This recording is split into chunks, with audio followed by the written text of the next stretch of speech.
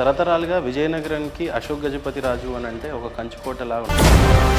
అట్లాంటి కంచుకోటలో మీకు కొద్దిగా పొలిటికల్గా రావటం ఇష్టం లేకుండా ఇప్పుడు ఈ గత 4 సంవత్సరాల్లో మీరు ఏమైనా పోరాటం చేశారా? ప్రతి మండే ఇష్యూస్ సబ్మిట్ చేస్తూ ఉన్నాము, కానీ ఎన్నో హాఫ్ అన్ అవర్స్ అయిపోయినాయి. అలాగ హాఫ్ అన్ అవర్ ఏ రెస్పాన్స్ అయితే లేదు. విజయనగరంలో ఉన్న ప్రధాన సమస్యలు ఏం గుర్తించారు మేడం? ఇక ఒకటి కాదు, రెండు కాదు. ఇప్పుడు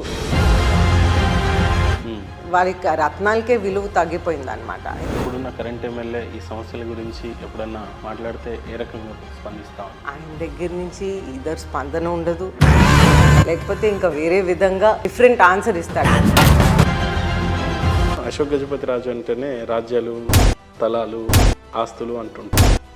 అన్ని ఉన్న ఆ సింప్లిసిటీ ఎందుకో ఇంతవరకు చాలా మందికి అర్థం కాదు. కారణం తెలుసుకోవచ్చా అసలు? వాళ్ళందరి లైఫ్ స్టైల్ నార్మల్గా ఉండాలని వారి ఉద్దేశం అని నాకు అనిపిస్తుంది.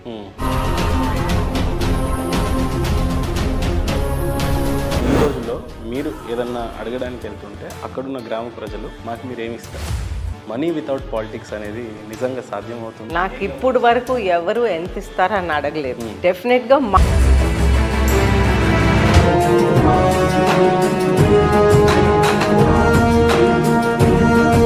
They are absolutely ready.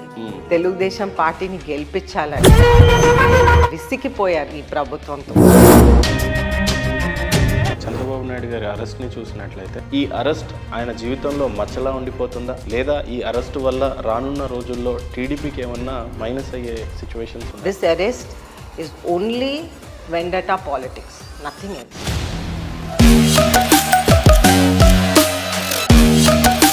ఏ రకంగా వైఎస్ఆర్సీపీ నాయకులు 175కు 175 గెలుస్తామని 100% 175కు 175 అంత భరోసాతో ఓట్లు ఎందుకు అడుగుతున్నారంటారు వైఎస్ఆర్సీపీ? గుర్రానికి బ్లింకర్స్ ఉంటాయి, అది ఇలాగే చూస్తుంది అనమాట. ఇటువైపు చూడదు, ఇటువైపు చూడదు. They are not seeing actually what is happening.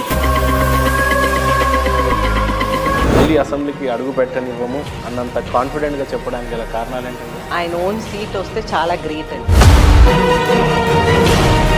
ఒకప్పుడు ఇండిపెండెంట్గా ఉండి అశోక్ గజపతి రాజు గారిని ఓడించి వీర బ్రహ్మేంద్ర స్వామి, ఇప్పుడు అదే విషయానికి వస్తే మిమ్మల్ని కూడా ఓడి అంత బలమైన ప్రత్యర్థి మీకు విజయనగరంలో ఉన్నారు, ఎలా ఓడిస్తారు? వాళ్ళు జస్ట్ షో వర్క్ చేస్తున్నారండి బేసిక్లీ. ప్రత్యర్థి బలంగా ఉన్నారని నమ్ముతారా? మీరు ఇంత స్టేట్ వైడ్ వేవ్ చూశారు మీరు లాస్ట్ ఎలక్షన్లో. నాది లీస్ట్ మెజారిటీతో పోయింది. మీరు కూడా మీ రీసెర్చ్ చేసుకొని చెప్పాలి. విజయలక్ష్మి గారు అంటే వ్యక్తిగతంగా ప్రజల కోసం ఏమైనా పోరాటం చేసిన వ్యక్తిగా చూడాలా, లేకపోతే కేవలం అశోక్ గజపతి రాజు గారి డాటర్లా చూడాలా? ఆయన జీవిత ప్రారంభం అయితే జనతా పార్టీ నుంచి. వై టీడీపీకి ఎందుకు వెళ్ళారు అని? 82 I was born along with the party. 82 పార్టీతో పాటు నేను పుట్టాను.